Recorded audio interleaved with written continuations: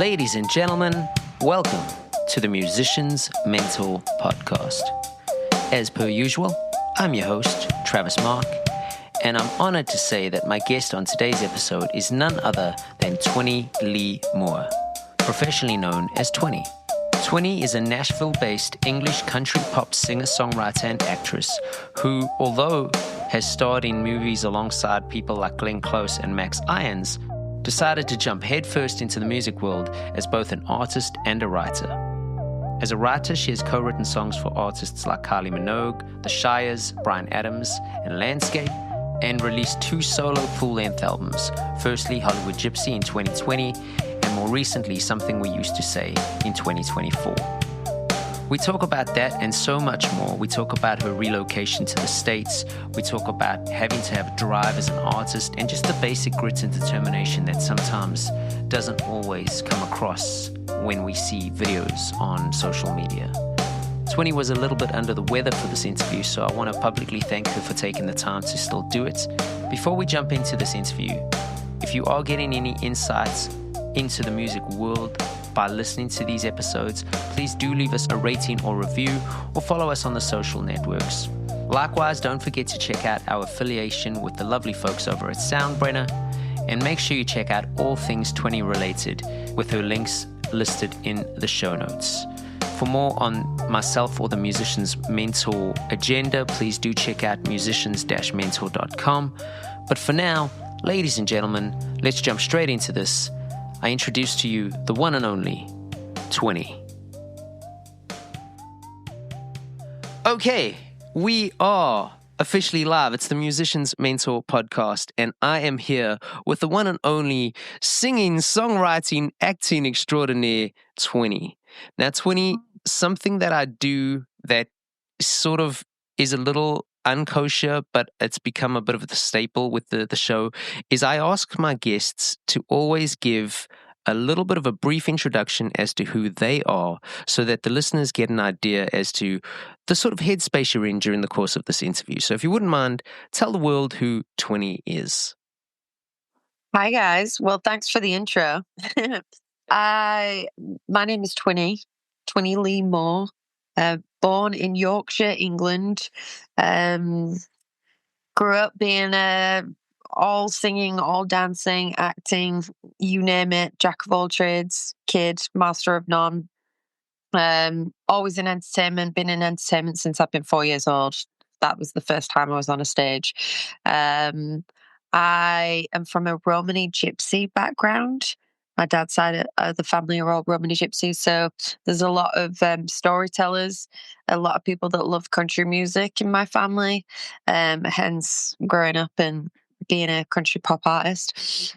There's a lot. My career has been very varied, always in entertainment and music, and I'm sure we'll touch on it more as we go on to this podcast, but I've done every job in the entertainment industry, should I say, like whether it be a dancer or a backup singer for some other artist, or in the West End, which is your equivalent to Broadway in New York, musical theatre, TV, acting, any job, to support my singing career and being a songwriter. So I moved to Nashville 2 years ago, and since then it's been going really well. And now here we are on a rainy day in Nashville talking to each other. So I'm excited to dig in.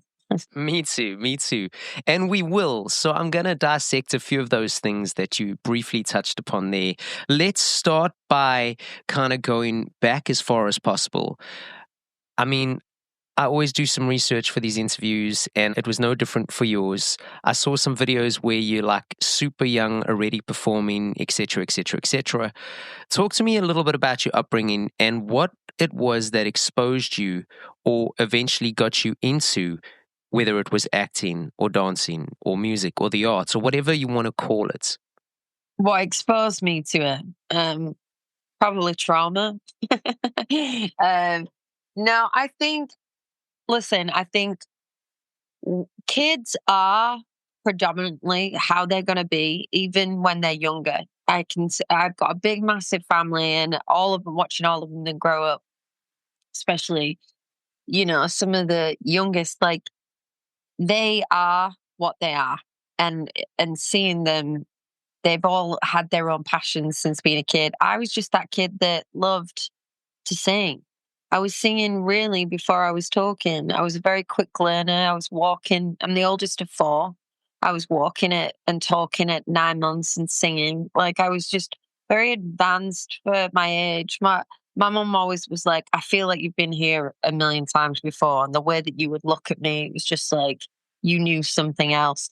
And I will say that I feel like I feel lucky that I've always had a knowing of my purpose. Like, I just knew that I wanted to be on stage. And I grew up in these two worlds where my mum is a gorger, which means non-traveller, and my dad is a Romani gypsy. And I think finding my place in each community was actually really difficult. So music or writing poems, which I started very early on, just with like learning the piano. You get them toy pianos, and I'd make up my own lyrics and stuff. That became a way of me kind of making up my own world, actually. The more I think about it, I was always stuck in these two worlds, and I've actually emulated that as a kid and as an adult. Like, I've done it again. I'm like, I always felt like the odd one out when I was younger at school, because everybody knew I was a gypsy. And then when I was in the gypsy community, everyone knew that my mum was like a gorger, which, I'm not a full bred, as they call it. So I was always like half and half. And I feel like, I feel like Nashville is that for me as well. Like, I don't really fit that kind of a mold that everybody else does. You've got your Lainey Wilson and Carrie Underwood and all the rest of it. But that's why I love country music, because it's so diverse. So I've kind of found my own niche within that, and it very much relates to my story. But it is interesting. And my mum and my grandma, my dad's mum, were a very big supporter on, like, me dancing and taking me to acting lessons and being on the stage. And then my dad really wasn't that interested, I don't think. And I think that's why I've got such a determination. I remember him saying to me when I was younger, "Oh, you can't do this. It's too hard of a career. Like, you can't do it. No, you're not going." He even didn't want me to go. He was so protective. Like, I even remember like being 14 and not being allowed up the street to the park. So my mum really had to fight for me to go to stage school, because you had to live away. And I actually got a scholarship down in London, and he wouldn't let me go. Um, and then I ended up going to one closer to home. So yeah, I think in the back of it, I've always had that like drive behind me of like, I will prove you wrong. And, I have. And now he's much more supportive of it. I think he was just scared of the lifestyle. And, back in his day, like, being in the music industry, but rock and roll, drugs, like, they think I would like fall into that. Yeah. But I think he didn't really realize why I was attracted to country music, or why I kept coming to Nashville, or like, the community. So, which, very much reminds me of how I got brought up as a gypsy. It was all about community. It was all about storytelling, and there's so much synergy, I think, with how my life has led me here.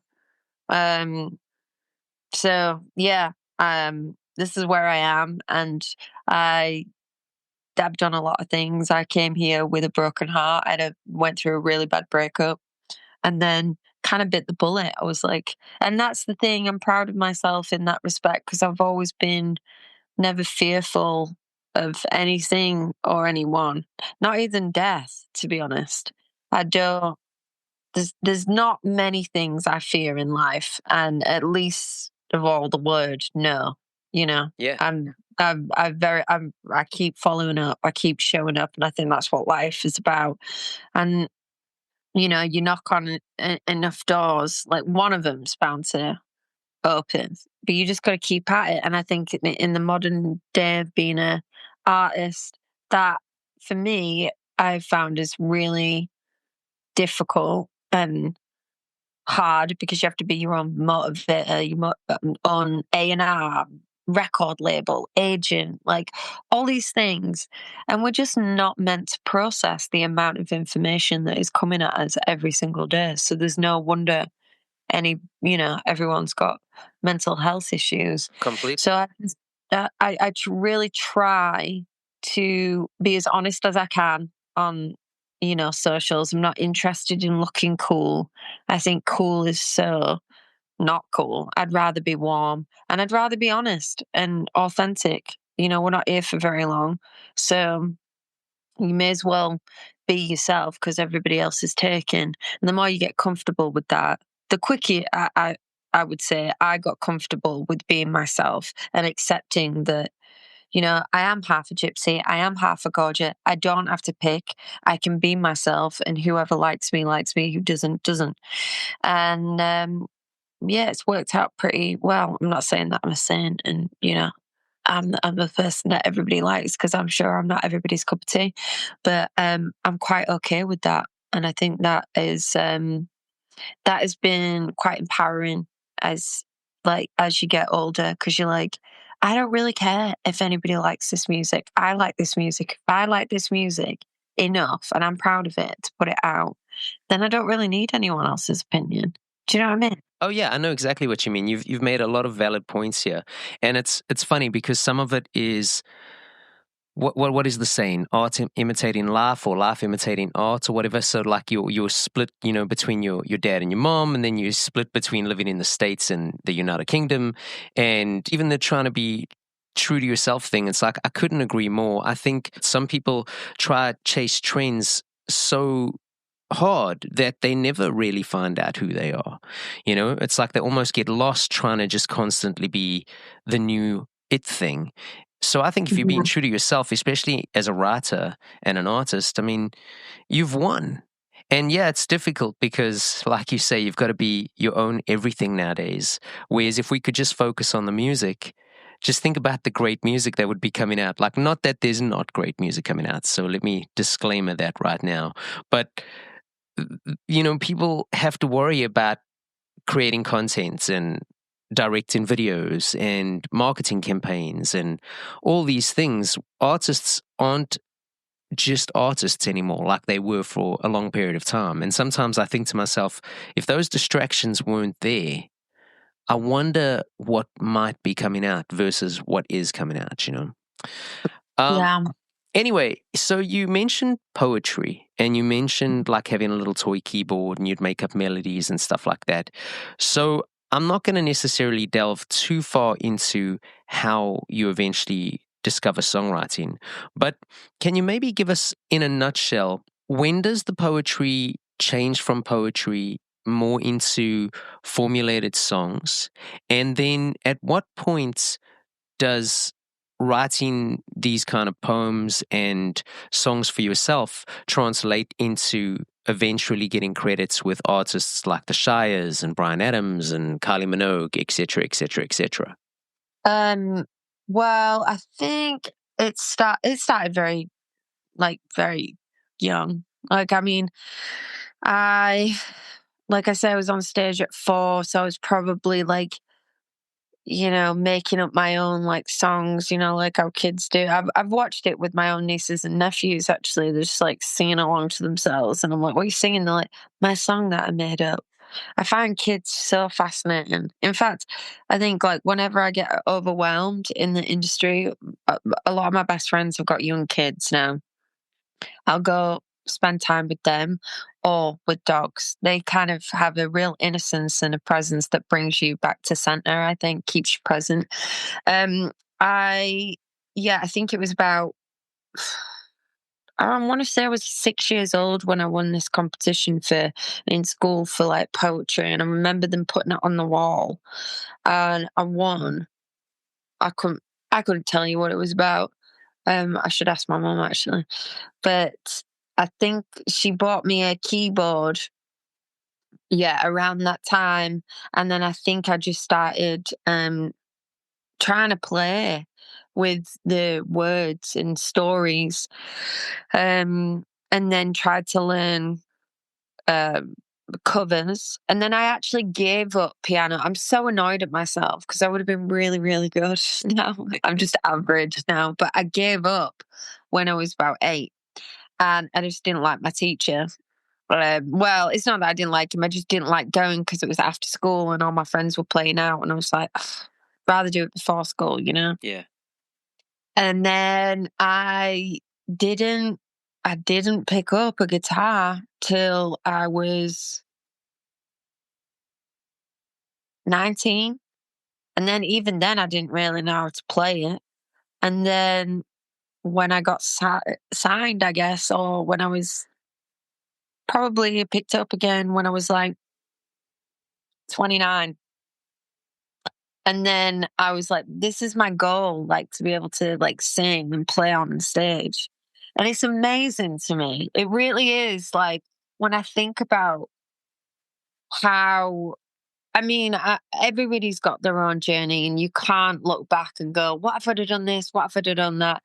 But I wish I would have had parents that had the same goal as me, you know, like it was just, it wasn't the same in England. You know, you don't know where to go for music. You know, London's the big record company. I remember writing off to Universal Records when I was about 15, with a demo that I'd done. It was so lame.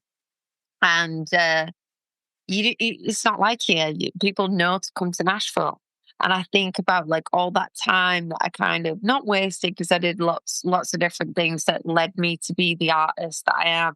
But wow, man, if I would have not had my ADHD brain and stuck at things like the piano or picked up a guitar earlier, or, you know, had a mentor to guide me at that young age, I think I would have been pretty unstoppable. And I feel like since moving to Nashville, I've hit the ground running. I've played the Opry. I've done multiple things that, you know, most people wait their whole life for.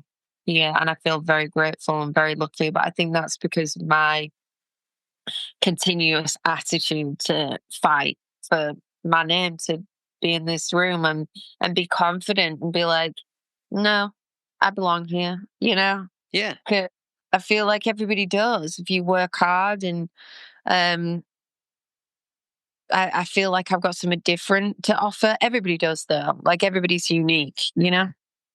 Yeah, I agree, but I also agree that you do have something different to offer. I think the determination alone is worth its weight in gold, you know? I think a lot of people, and I'm not just trying to blow smoke here, but I think a lot of people think that, oh, I can just sit and maybe I am great at piano, but they sit in a room and they do nothing with it. And again, you know, yes, everybody's got their own journey, but I think some people don't realize that this type of career, okay, maybe it has changed since the advent of social media, since you can just kind of put yourself out there. But I think a lot of people don't realize the importance of getting out there, trying to do things, trying to showcase, trying to play their songs, etc., etc., etc. I'm going to kind of change the order of things that I was going to ask just because Nashville's come up a few times. So let's talk relocation / immigration. I know you touched on it just ever so briefly.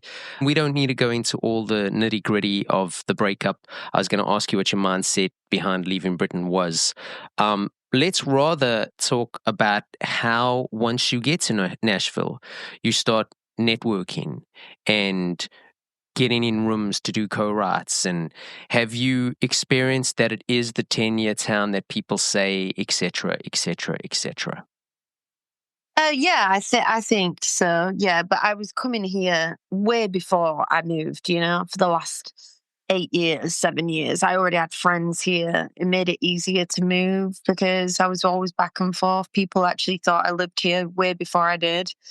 Some people think I'm still in England and I'm just visiting. It's so funny. But yeah, my record label made it easier for me because I was signed, and that's how I got my visa. And then after I got dropped, I just kept on renewing it. So shout out BMG, thank you very much. Whoop, whoop. Only good thing you gave me. No, I'm joking. But I didn't particularly like being in a major label system. It really wasn't for me, and I felt like I led a lot of it.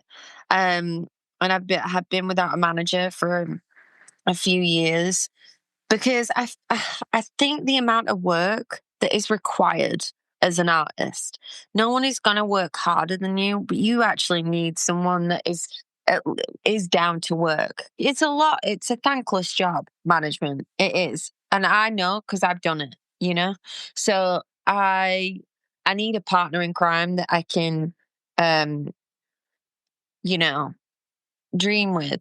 I often think it's actually more beneficial nowadays to hire an assistant, have them do all the emails or somebody that you trust, and then create with your producers and your your videographer. Like I've got an amazing videographer, Joey, who's like my best friend, and he helps me way more than because it's marketing. Yeah.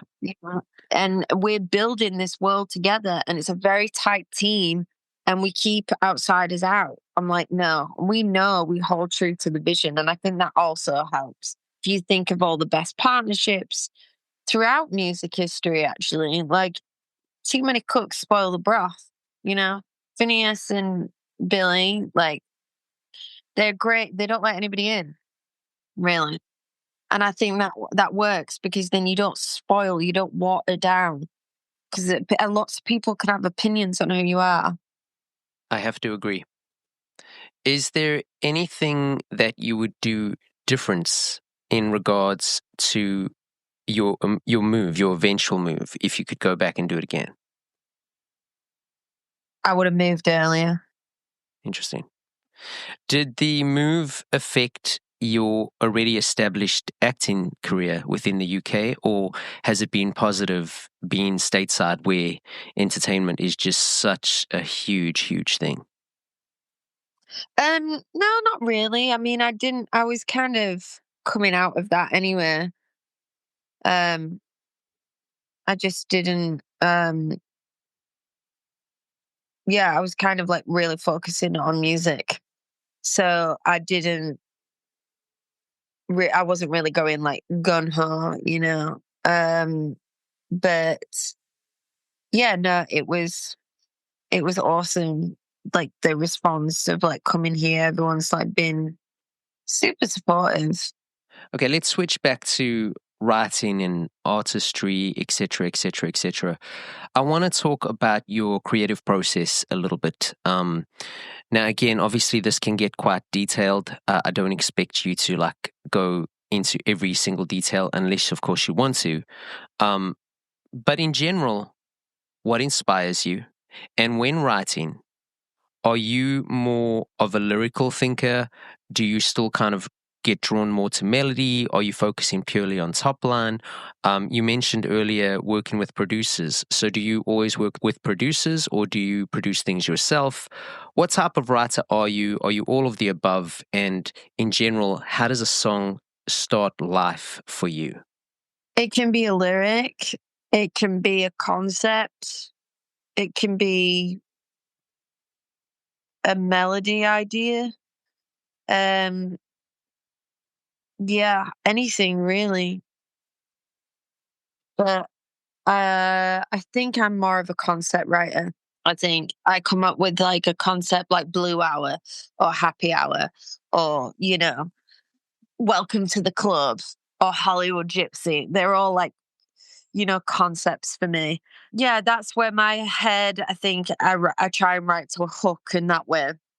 and then lyrically just try and make it fit. And then there's obviously true stories in my life that have happened to me that I love to be a funny writer about. I love music should be fun. It shouldn't be so serious all the time. Do you know what I mean? Everybody's got a sad song. And sometimes I just like to be stupid and write whatever comes out my mouth. And that's how a song called Just Like Girl came to pass, because it was a murder ballad essentially. A murder ballad, as they are. That's awesome. That video is psychotic and great, so yeah. Let's talk about co-writing. I mean, I know you've got a lot of experience in that regard. Could you potentially offer any advice or tips to writers wanting to get involved in co-writing sessions on how to do so? And once they are starting to do co-writes, is there anything you could advise them on how to get the most out of those sessions? I mean, there's things that you can do. Just come up, be on time. Which, if you know me, I'm sorry, I'm working on that. I'm always like 10 minutes late or something like that. My ADHD brain just never calculates like how much time I've got before a session. Um, yeah, come with ideas. Do your research. If you're a co-writer, do your research on the artist that you're working with. Have a couple of titles that you think that will work, or a concept or two. There's kind of no excuse nowadays, because with things like ChatGPT and AI, like, you're giving someone your time, so just show a bit of interest and be professional. I would say that would be my biggest advice. That's the kind of things that annoy me as an artist, when I go into a room with a writer and I'm like, you have no idea what my style is. Yeah. Or you haven't listened to my music, and this is just a waste of time now. And I don't want to waste my time. So I don't really want to write a song that isn't for me if we're not writing a song for me. Do you know what I mean? If I go into a room and I'm a co-writer, that's fine. But if we go into the room and it's for me, I'm very like, I wouldn't say I'm hard to write with, but I think like I'm so upfront, like, no, I don't like that. No, I don't think so. That doesn't suit me. And I think in that way, I would prefer to write with someone like me, because my job as a co-writer is to make sure that the person loves it, that they love it so much that they want to put the song out, they want to cut it. Yeah, that makes total sense. I mean, if one of you, let's say there's two people in the room, if one of you don't believe in it, it's kind of pointless, right? Yeah. And so to me, I'm a kind of someone that I would prefer. Like, I like knowing where I am. I don't like someone saying, "Oh yeah, I like this," and then going out with the room and be like, "I hate that song." So that's my one job as a co-writer. And then as the artist, yeah, I can be very like particular on melodies and words. I'm like, "Oh, I don't like that." I love to collaborate, but I just don't. I will always be honest, and if I like a song. So I think as an artist, be as honest as you want. And as a co-writer, your one job is to show up, add value to the room, whether that's being, you know, like you just got to find your place in the room and read the room, and then add what you can and make sure the artist loves it. And yeah, you might not always get a good song. You might not always get like a great song. You might not get a song at all. But if you've shown up and you've been a good vibe and you've had a good time and you've made people laugh or feel comfortable, they're going to want to write with you again. Yeah. So that's always your goal. You mentioned AI there. What are your thoughts on those platforms, or the uses of those technology in regards to both writing and artistry? And what I mean by the artistry point is, you know, I know that there's advances. Some of these things have made it so easy to create content, et cetera, et cetera, et cetera. So I suppose from my point of view, I think that those things can be quite positive. But obviously talking to people on a weekly basis, a lot of musicians and writers and composers are quite worried about how quickly these things are advancing. Have you got any thoughts? Yeah, I do. I thoughts. I think it's going to be an amazing tool. I think it might make people lazy, their brains lazy. As far as artistry, AI is only working off everything that has been done by humans. So you could argue that it's just other people's artistry. I mean, like, but anything that makes art better, I'm all for, I think there definitely is authentic. I don't think anything is completely authentic. Authentic. Authentic, because when you think about it, everything's been done before. Every idea has been done before. Pretty much every melody. We're all just regurgitating the same old thing. That's why there's like fashion trends that come back around, and also if everyone's got a problem with AI, then Rhyme Zone should win a Grammy every year, because the amount of times that people use that in a writing session, Yeah. it's just it's all the way that you look at it. I think the main thing with music is like the distribution of it, and the money that's being distributed. I mean, the CEO of Spotify is richer than the biggest artist in the world, Yeah. like all of this stuff is just, it's so unfair. It's daylight robbery, and there has to be a change, because getting 0.003 pence per stream, these artists, is disgusting. It really is. And then if you're unfortunate and you don't get on these playlists, then you're really having to do a lot of the heavy lifting. You don't get discovered as much by new people, and it's crazy. Like they really do have the option to break an artist or not. And a lot of that is wrapped in politics as well. And the thing that gets me down, and I'm not saying that you can't do it as an independent artist, but you definitely have to have the right heart for it and the right, your mental's intact, and just one day at a time. That's all, one step at a time. That's what you need to keep focusing on, because the system is built against you. Yeah. I mean, could talk about TikTok and stuff, but that is becoming more extremely hard. And now that the labels have got their hooks into it, it's, they can manipulate stuff. And same with Spotify. Spotify is owned by the major labels. So, of course, they're going to want to push their artists. There's very few independents that can get the spots. So, the competition is ridiculously high. And even press. I know from myself, like my own campaigns, everything that you see, Rolling Stones, Billboard, everything, it is all paid for. All paid for. Number ones paid for. Everything is paid for.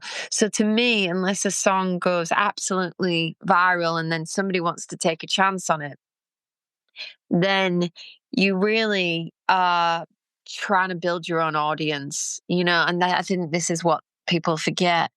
You probably only need if you could get 100 fans to spend £1,000 on you a year, then your quid's in. You could make a decent living, that being on tour. So I think that's what I try and focus on, bite size, and create that community, But the economy's hard, times are tough. It's what, $9 for like eggs these days, like, Subscription going yeah, up. eggs, exactly. It's crazy, the world that we live in. And I think artists are very, they're very special people. I really respect creatives, because they give so much, even though it doesn't love them back. This job will never love me back the way my people do. And I'm just trying to make my corner of the world a little bit more real and offer my gifts. And hopefully one day the world will see that it's actually great, or I can, I never really got into this industry to be famous. I'd rather be infamous, but that's byproduct of success. And I only ever really wanted to be successful so I could pay off my mum and dad's mortgage, and look after the people that I want to look after. I'm very like, you know, people spend thousands on homes and stuff. I'm like, I wouldn't want a mansion. I would, because you can't fill it. I'd want kids to fill it. I'm very simple when it comes to stuff like that. And I think the reason why I do music is all about connection, because that has saved me. you know, Music is my safe place, and the stage is the safest place I feel. Everything could be going wrong. The lights could go down, the music could go off, and I would still feel safe. Nothing scares me on a stage. So, Yeah, that's amazing. You touched on so many valid things there that I don't even think many people are aware of, like the labels having their involvement with a lot of the streaming services. I don't think many people realize that that's a thing. The 0.003 pence per play, I think it's 0.006 cents in dollars terms. But, I recently read an article, and I don't know if it's passed yet, but that's not even going to apply anymore unless you reach a certain amount of monthly listeners. So it's quite a tragedy because, again, it's not that there's not great art getting out in the world anymore. It is. It just costs so much more money to get it seen. It's great that these big corporations always make it like, well, we've done you such a favor. Artists can put out their own music and you've got all the control. Yes, wonderful. But if you don't have the budget or the financial means to do certain things with that, you really just get lost in the shuffle. And I think that's where a lot of people get deterred or don't quite understand. They think it's just a matter of, I make a song, I put it out, yay, I'm going to be famous. And that's not quite how it works. It might work for a very, very, very small percent who get lucky or go viral or whatever the case may be. But I think the general public don't quite always know how the ins and outs of those work. So if anybody is listening to this in regards to this particular part of the conversation, go and educate yourself a bit, because I really think it would be worth just knowing some of the ins and outs that artists do deal with in regards to this kind of stuff. So Twinnie, this next question might be a little bit redundant, especially since we were just talking about what we were talking about. As an artist, you've done extremely well. I mean, Hollywood Gypsy does great. Welcome to the Club does great. You mentioned the Grand Ole Opry performance. You've charted on US country radio. There's so many great things going on, and even your new releases seem to be doing quite well. So that's not to like blow smoke or anything. I kind of would rather flip it on its head and ask you, in your opinion, away from creating, what is the hardest part about being an artist for you personally? I think for me, you know what? I think whenever I get a bit like, oh my God, I can't do this. It's so hard. It's like, I'm not going to make it, whatever making it means these days. But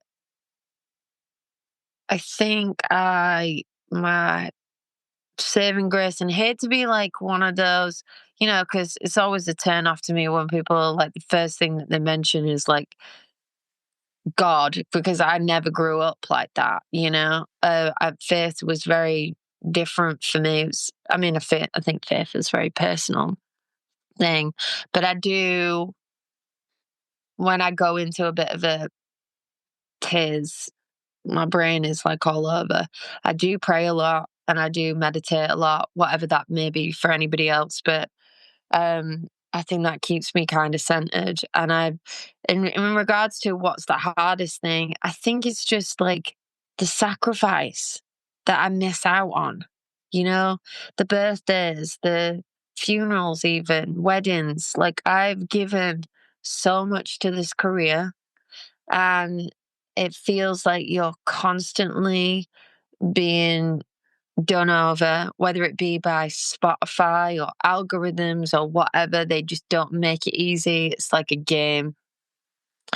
And it's money. Like you work and work and work, and then you don't get the result that you want, and it doesn't even pay you the same amount that you came back in. And I'm like, why do I do this? Yeah. Like, why do I do this? I am missing out on watching my nieces and nephews grow up. I'm missing out on the last few years of my grandparents, my mom, my dad. Like, why? It leaves me lonely. Yeah. But there is something in me that has always been different. And people will say that about me from college. I think they'll say that I've never changed. I mean, I've got older, but they'll say that I've never changed, I think. And yeah, it's just like a deeper knowing that you come into this world alone, you go out of it alone. I'm forging my own path. I am different to anybody else in my family. And I want them, I've done some incredible things. Even if I stopped now, if I gave up now, it would be enough. But it's, yeah, I just have a deeper knowing that I'm not just here for me.